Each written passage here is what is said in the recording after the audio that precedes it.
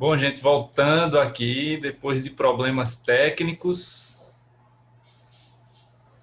o Zoom hoje não está muito legal. Eu já tinha reclamado uma vez, né? E parece que ele travou de vez, aí pronto. Aí para mim aqui ficou a tela congelada e depois de uns minutos foi que cancelou lá, fechou e aí foi gravar a aula. Por isso que eu demorei a voltar. Foi que vocês conseguiram ouvir aí por último, aí antes de travar? Você estava falando do jogador, ou do torcedor, né? Da ação. Ah, tá. Eu cheguei a falar disso aqui, dos bebedouros que estavam. Falou. Pronto. Então, voltando, né, para o caso, então o rapaz aí estava querendo assistir o jogo, assistiu, mas passou por todo esse perrengue, né? Então, vamos ver o que é que o desembargador Veiga de Oliveira falou sobre isso, né? Relatou nos autos desse julgado. Então, na ementa, apelação civil, reinauguração do estádio Mineirão, ação de indenização por danos morais e materiais, ausência de estrutura básica e segurança, descumprimento do Estatuto do Torcedor e Código de Defesa do Consumidor. Entendo havido a prestação de serviço contratado, ainda que em desconformidade com a forma esperada, não há que se falar em dano material. Então, ele já afastou, né, por exemplo, a devolução do valor dos ingressos, coisas do tipo, porque não houve dano material. Comprovada a ausência de fornecimento de itens básicos como água, alimentação, sanitários próprios e segurança dos torcedores em flagrante descumprimento do Estatuto do Torcedor e Código do Consumidor, é devida a compensação por danos morais. Diante disso, dou parcial provimento ao recurso interposto, condenando a apelada a pagar ao apelante compensação por danos morais, equivalente a R$ 1.500, devidamente corrigidos pela tabela divulgada pela CGJ de Minas Gerais na data da publicação deste julgamento, e acrescido de juros de mora de 1% ao mês a contar da data da citação. Bom, então, o que foi feito aqui foi, né, conceder danos morais, né, nesse valor de R$ 1.500, que é um valor que tem sido padrão aí nos tribunais de justiça. Não me perguntem por que 1.500, mas, né, um monte de julgados só dá esse valor aí. Pode-se pedir o que for, pode ser a situação pior possível, mas vejam só.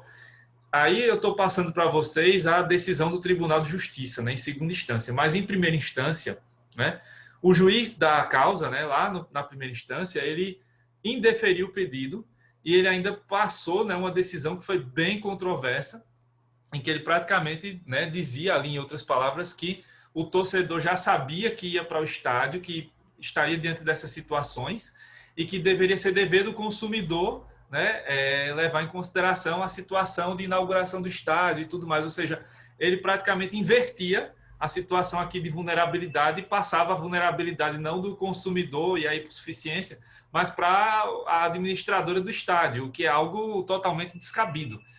E aí foi por isso, né, que se recorreu até o pleno, né, do Tribunal de Justiça, a Câmara Civil, perdão, e aí o desembargador Veiga de Oliveira inverteu a decisão, né, mas deu só provimento parcial e aí concedeu uma indenização de R$ 1.500. E acabou que essa decisão, né, reverberou e reproduziu julgados semelhantes, né, com decisões semelhantes Brasil afora, porque houve outros problemas ali nos jogos de inauguração, né, desses estádios e também nos jogos da Copa do Mundo. Isso se repetiu também nas Olimpíadas em 2016, né, no Rio de Janeiro, em que havia filas quilométricas, né, não havia comida suficiente ali nos locais, né, de disputa, né, de jogos e tal, né, dos esportes, né? Então, houve muitos problemas e as soluções foram semelhantes.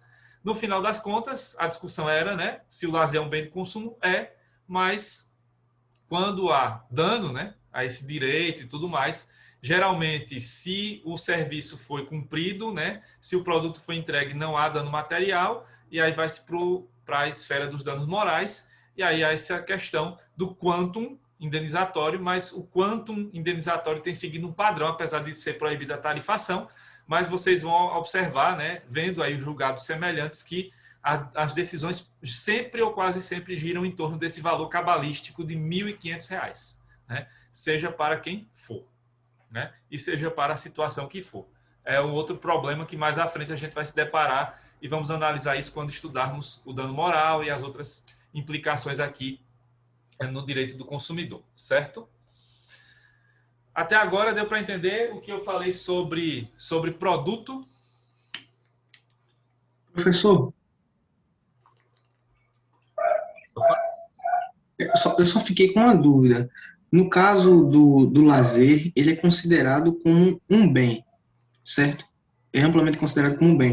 Só que nesse caso específico, ele foi considerado como um produto? Essa distinção produto e serviço aqui é bastante ambígua, né? Muitas vezes ela nem ocorre. Se você vai para o processo, realmente você não vai nem perceber essa distinção produto e serviço, porque muitas vezes o produto e o serviço vão estar embutidos ali, vão estar a ideia de produto e serviço está implícita na mesma atividade.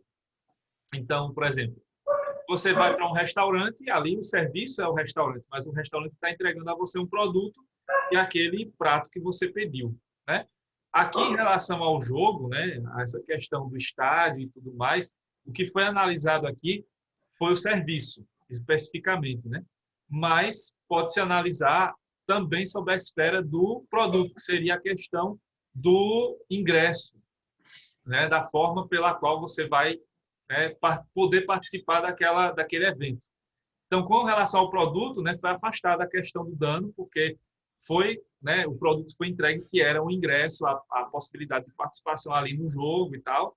E aí o serviço em si é que foi levado em consideração para a questão do dano moral. Mas isso na prática fica muito, não é tão simples, não é tão fácil de ser distinguido. Então, geralmente não é essa distinção tão clara quando você vai para os processos, né, para os julgados. Mais à frente, quando a gente estudar vício do produto e vício do serviço, é que isso vai aparecer de uma maneira um pouco mais detalhada, né? Mas, em geral, você não vai ver tantas distinções, até porque o resultado, né, vai ser parecido, né? A não ser quando você tem lá, no caso do vício, especificamente, soluções que podem ser um pouquinho diferentes. Mas, no caso do fato, sempre vai resultar num processo que vai levar à análise de danos morais, né? Quase sempre, e provavelmente também pode ter danos materiais e danos estéticos. Mas, na prática, né, lá na frente, quando houver danos mais graves, né, que são os fatos do produto e do serviço, não vai haver muita distinção entre o que é o produto e o serviço e quais são as suas consequências, né, caso ocorram os danos. Certo? Certo, professor. Obrigado. Nada.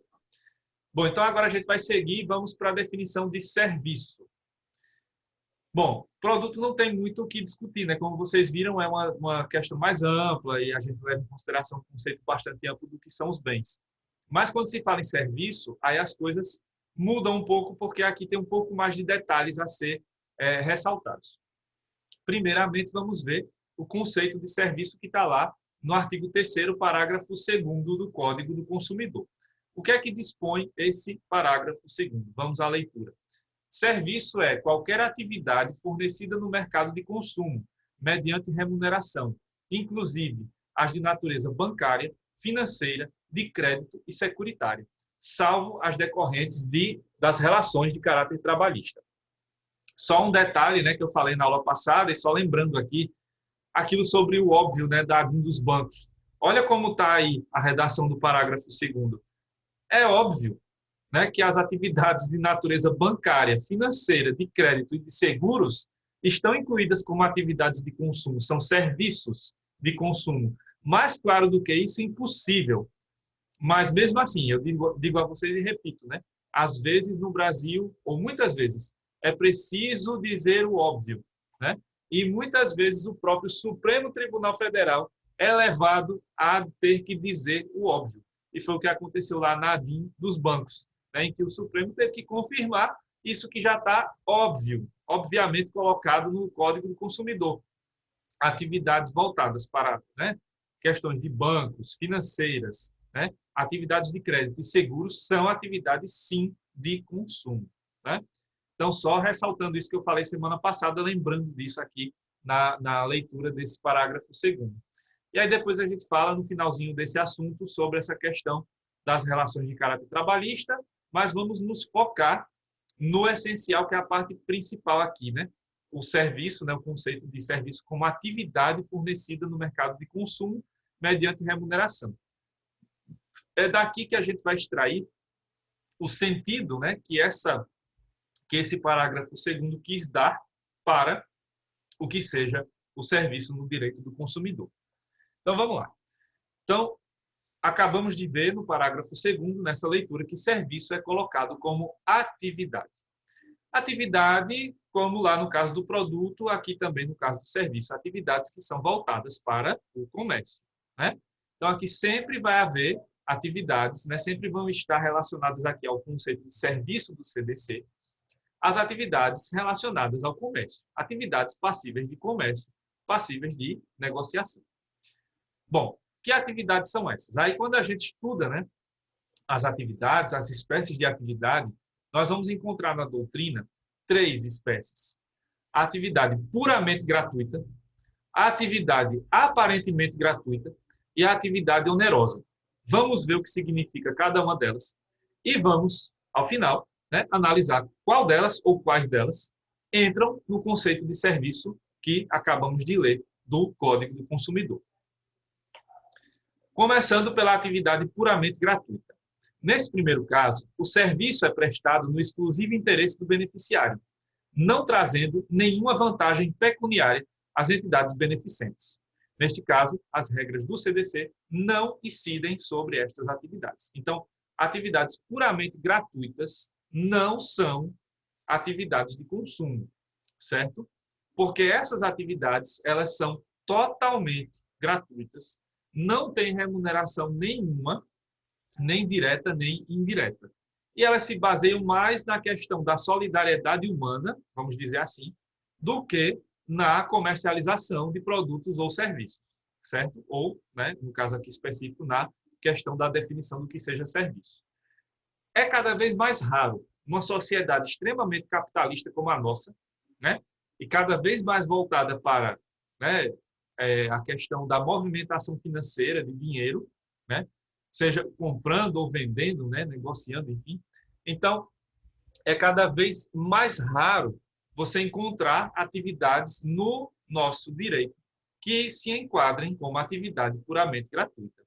A doutrina sempre vai falando, né, de algumas. Por exemplo, o caso de uma pessoa que está passando mal na rua e vai passando um médico, certo? E o médico presta ali os primeiros socorros e consegue salvar a vida de uma pessoa que estava, né, essa pessoa que passou mal, que, por exemplo, podia estar ali com um começo de ataque cardíaco.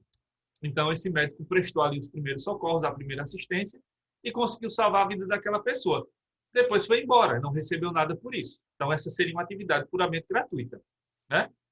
Outro caso seria, vocês, a gente não está mais passando por isso, né? Mas, quando a gente estava antes da pandemia, era muito comum, né, que entre vocês ou entre nós, né, professores, alunos ou entre alunos, houvesse a carona, né? Então, terminou a aula às 10 horas da noite, a minha aula sempre terminando às 10 em ponto, ou até mais do que 10.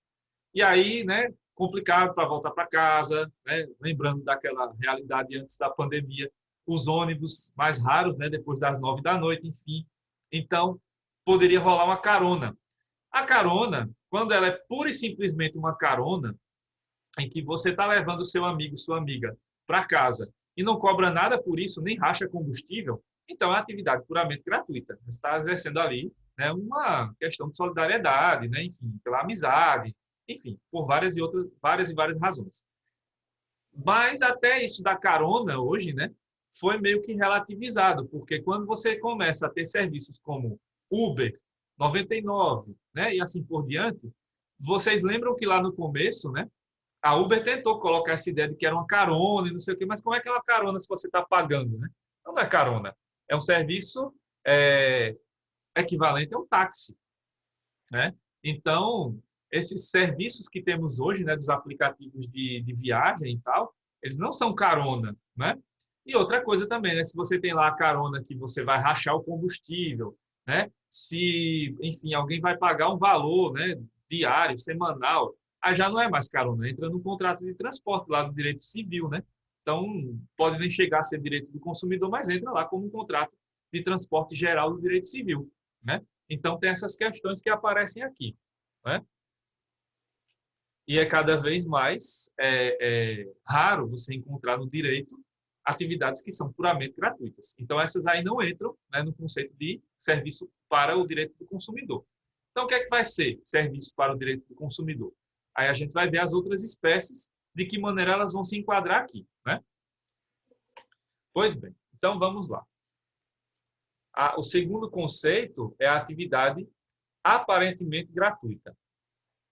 O Afrânio está lembrando ali do momento antes da pandemia, né? Provavelmente rolava alguma carona, né, dos amigos aí, Camila, Afrânio, né? Então, atividade aparentemente gratuita, essa segunda espécie. Nessa segunda espécie, o fornecedor possui algum interesse patrimonial na prestação de serviço, mesmo que indireto. Caso dos estacionamentos gratuitos de hipermercados, cada vez mais raros, né? Programas de pontos do cartão de crédito, programa de milhagem de companhias aéreas. Nestes casos, aplica-se as regras do CDC.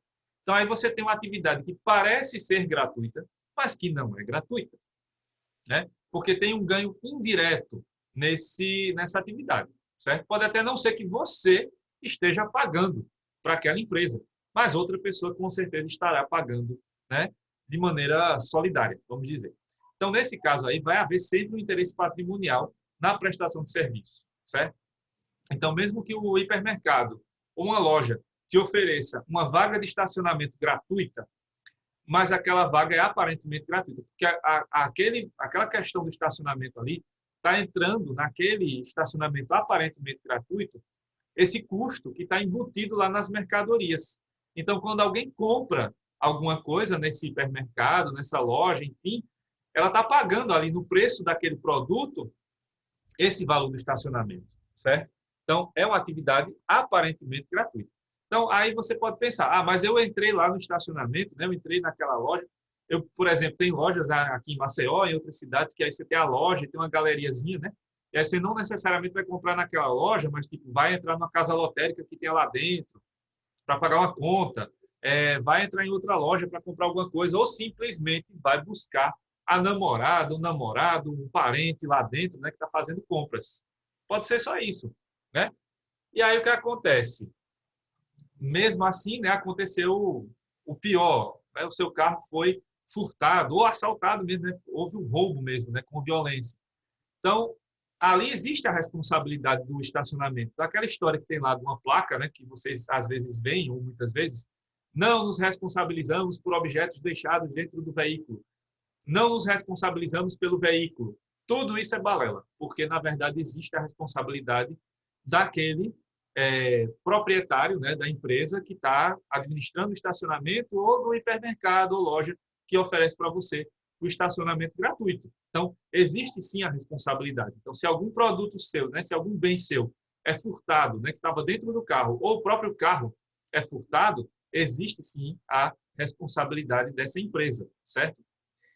Assim também acontece com a questão dos pontos de cartão de crédito, né? Tem esses programas que você pode ali, vai comprando, né, no cartão, e à medida que você vai pagando, né, as faturas, vão entrando pontos para você, né, pontos de vantagem. Aí você pode trocar por produtos, você pode abater valores da próxima fatura, você pode trocar por milhas, né? Enfim, tem várias coisas. O próprio programa de milhagem das companhias aéreas, você vai comprando, né, as passagens e vai ganhando milhas, e daqui a pouco você pode, né, ter direito a uma passagem grátis ali, ou cobre, né, o valor de uma passagem, enfim. Em todos esses casos, vai se aplicar as regras do CDC, certo? Então, apesar de ser uma atividade que parece ser gratuita, mas ela não é gratuita, porque indiretamente há algo de oneroso. Para você ter ponto no cartão de crédito, você precisa pagar a fatura, né? Para você ter acesso ao programa de milhas, você precisa ou pagar um valor fixo de anuidade ou tal, ou você tem que viajar, né, de avião e tal.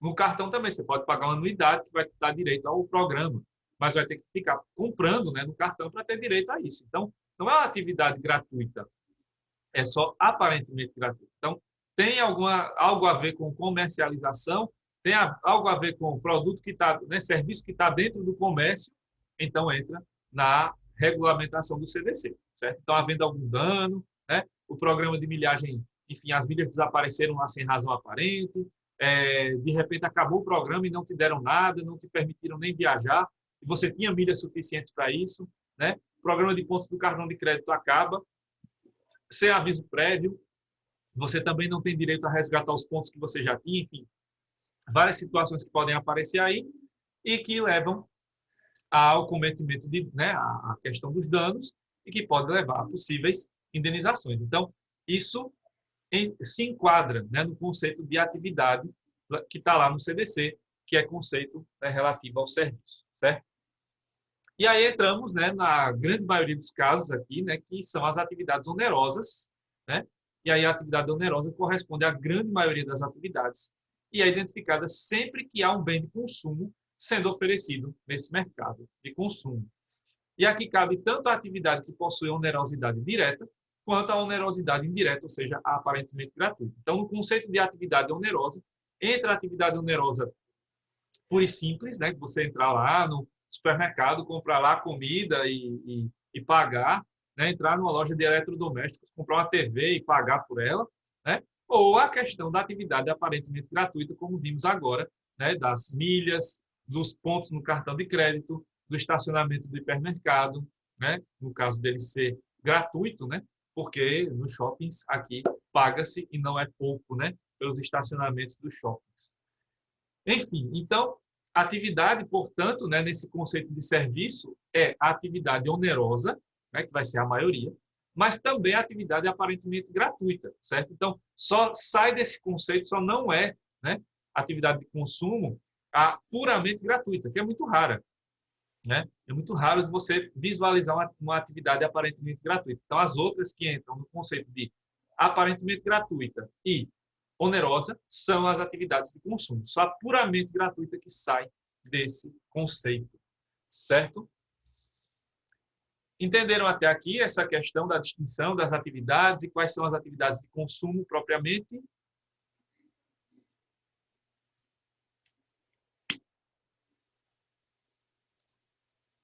Ok.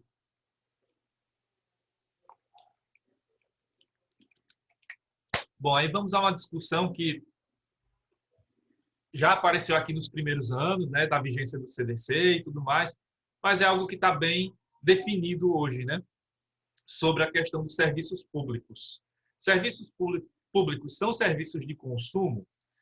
Bom, vamos ver que a resposta é assim, depende, né, como quase tudo no direito. Então, não dá para dizer com absoluta certeza, tudo é serviço de consumo aqui. Não, porque existem serviços públicos que são de consumo e outros que não são.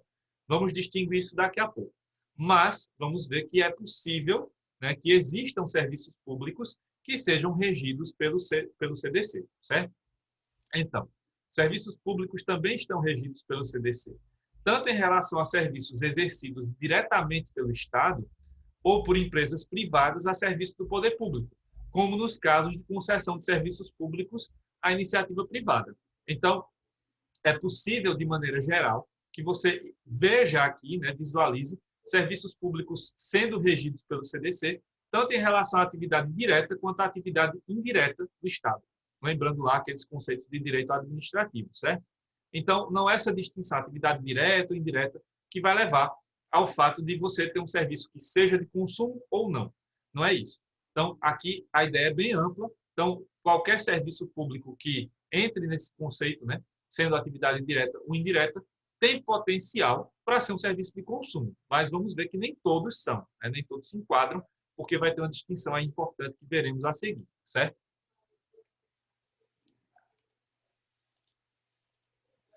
Qual a base legal para a gente definir que serviços públicos podem ser serviços de consumo?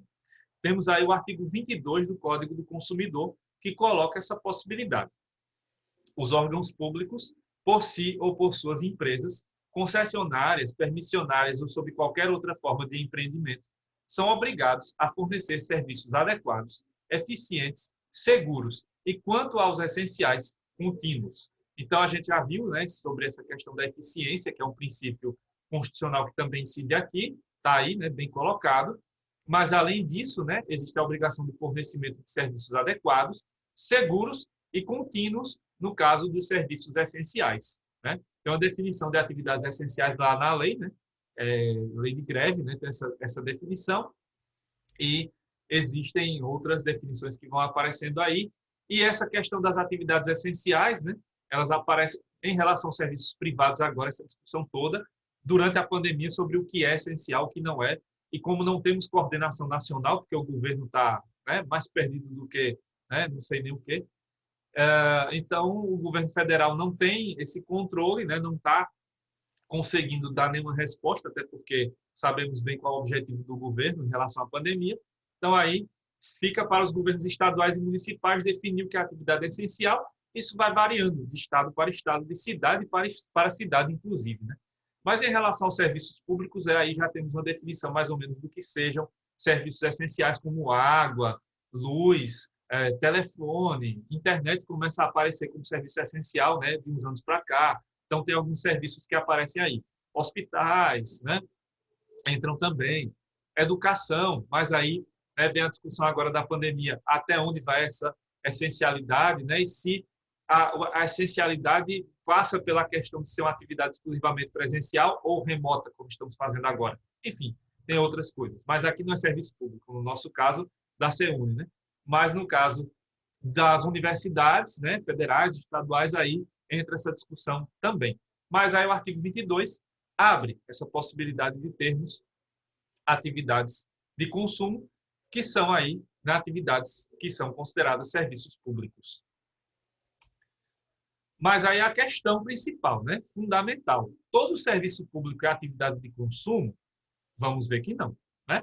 Então, mas todo serviço público é atividade de consumo, aí a doutrina vai fazer uma distinção com base no direito tributário, que vocês vão aprender mais à frente, né? Aqui eu vou dar as noções, né, desses dois conceitos, e é por aí que a gente vai distinguir que serviços são regidos pelo CDC e que serviços não são regidos pelo CDC. Então, nessas espécies de serviço público, vamos ter duas. Os serviços uti universi e uti singuli, certo? Então, é daí que vai sair a distinção sobre que serviços são aqui regidos pelo CDC e que serviços vão ser regidos por outras áreas do direito. Bom, começando pelo serviço uti universi. Os serviços uti universi são serviços prestados a toda a coletividade, sendo remunerados por meio de tributos, impostos, taxas e contribuições, ou contribuições. Estes não são serviços de consumo, certo?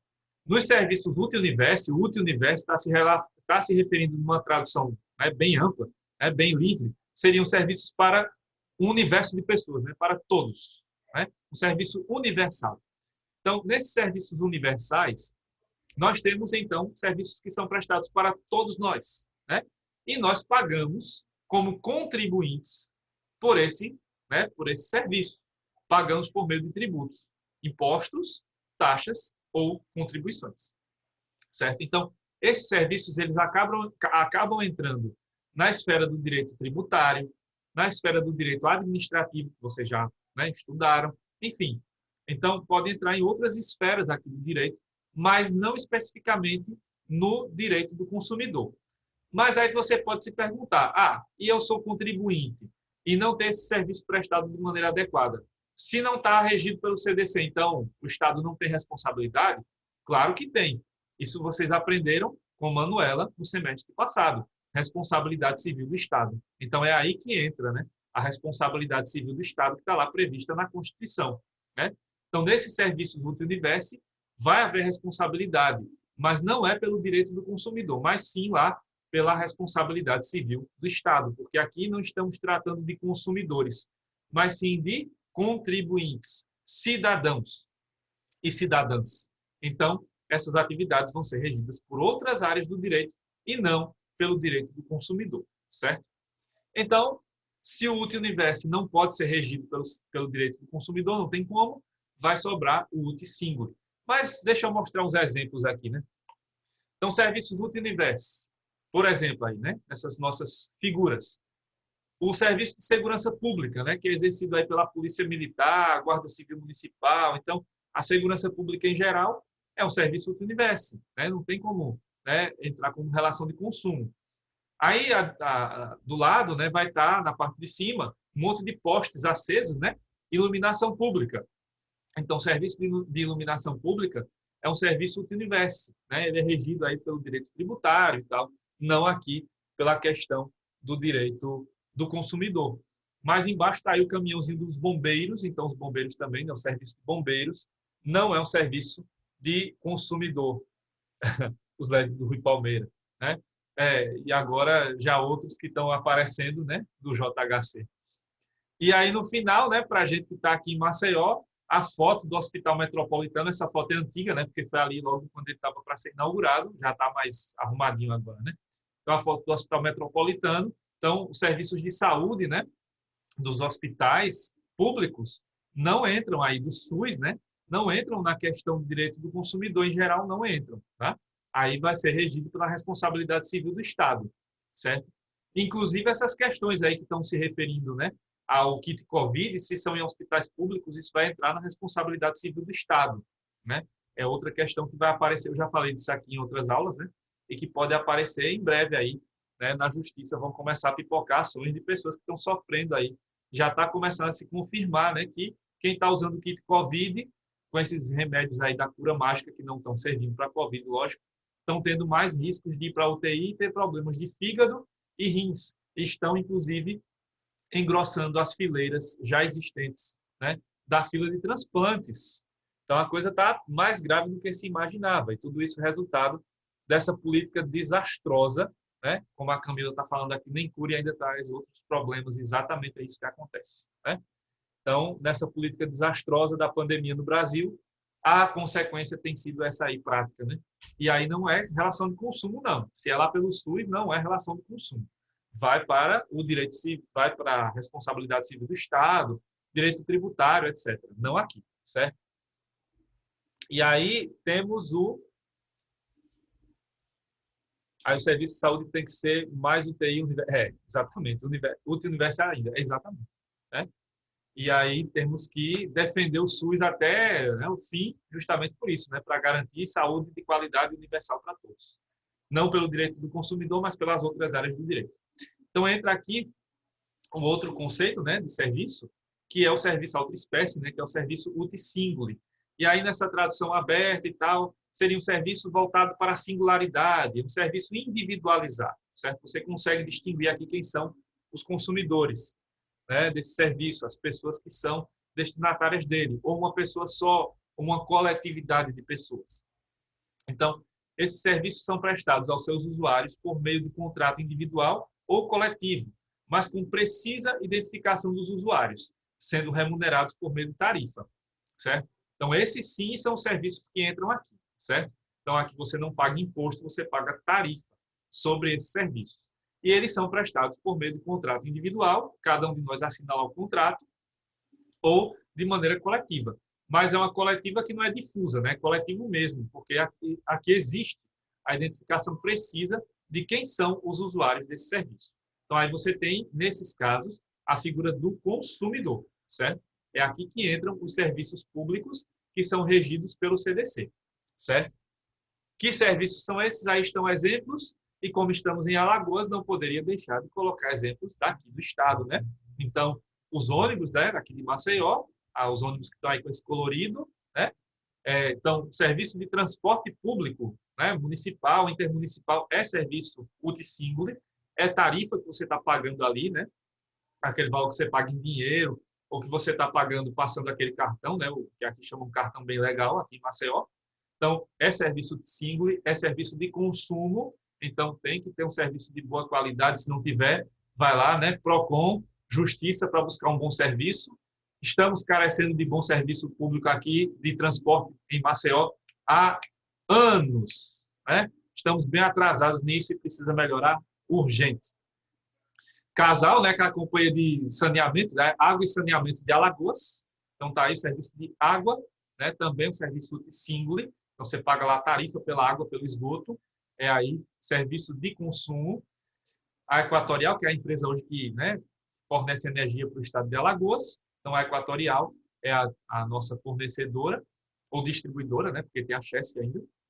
Então, a Equatorial, aí, conta de energia, então, esses contratos, né, de energia elétrica entram no direito do consumidor, e o serviço bancário, que a gente viu agora, né, na definição maior do parágrafo 2º, e entram também os bancos públicos, Caixa Econômica, Banco do Brasil, Banco do Nordeste. No estado que ainda tenha banco, né, estadual praticamente não tem mais hoje, se ainda tiver algum, né? Mas a maioria já foi privatizada, ou, né, como fizeram aqui em Alagoas, praticamente faliram o Produban, né, que era o banco estadual. Então, os usineiros, né, que faliram praticamente o Produban. Então, praticamente não tem mais banco estadual, mas onde houver, também os bancos estaduais entram nesse conceito. Então, atividade bancária entra como atividade de consumo, certo? Então, esses são Professor, exemplos, né, de serviços uti singuli. Sim, pode falar, Fran. inclusive, eu acabei de ver aqui o vídeo do JHC, ele disse que, não sei o quão largo vai ser isso, mas que vai haver passe livre para os estudantes, né? Aí eu não sei se vai ter aquela série de requisitos que quando você vai ver não dá para ninguém, basicamente, mas isso depois de extinguir, né, a profissão de cobrador e etc. Era Dando com mais a isso mão mesmo. né, e tomando com a outra. Foi a história, né? Diminuir a passagem para demitir metade dos funcionários, né? Que trabalham aí no setor. E a passagem ia ser diminuída de 30%, né? Aí diminuiu 30 centavos, como se uma coisa fosse a outra. Exatamente. Espero que essa medida aí do passe livre não tenha o mesmo destino, né, insólito do domingo é meia, né? Que nem sei se ainda existe, né? Porque foi toda aquela propaganda, né, do Rio Palmeira sobre o domingo é meia e depois, né, não deu em nada. Vamos ver, né, se isso realmente vai se efetivar, principalmente, né, a prova de fogo vai ser quando voltar às atividades presenciais, né? Vamos ver se vai funcionar. Espero que sim. Espero que não venha com outra consequência de, né, equivalente à demissão da metade dos funcionários, né, que foram os cobradores. Enfim. É difícil, né? Se tratando daqui do transporte público, como eu disse, né, falta muito ainda para termos um serviço minimamente adequado para a população. Terrível. E aí só, né, finalizando essa parte, né, porque o CDC se referiu lá no finalzinho do parágrafo às relações trabalhistas, né? Tem lá salvas de caráter trabalhista. Vocês já estudaram direito do trabalho, estão estudando, né? Acho que trabalho 2, né?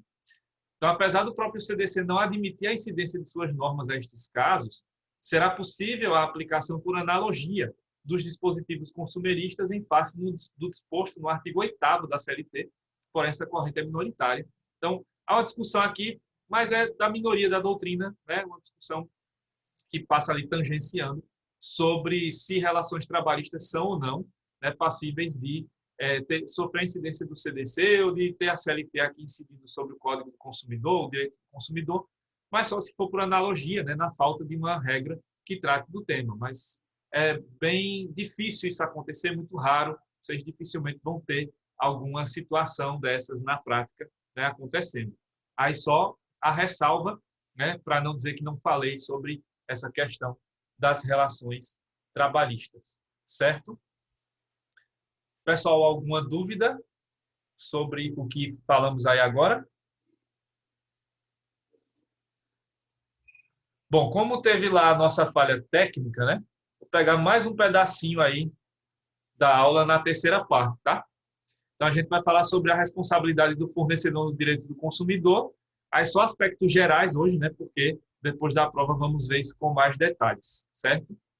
Então, aqui, né, como a gente vai ver agora, a regra é a responsabilidade objetiva, né? Como eu já tenho falado aqui, o direito do consumidor usa lá, né, a regra da responsabilidade objetiva, então inverte, né, o que o direito civil colocou como regra, que era a responsabilidade subjetiva, aqui passa a ser a responsabilidade objetiva, certo?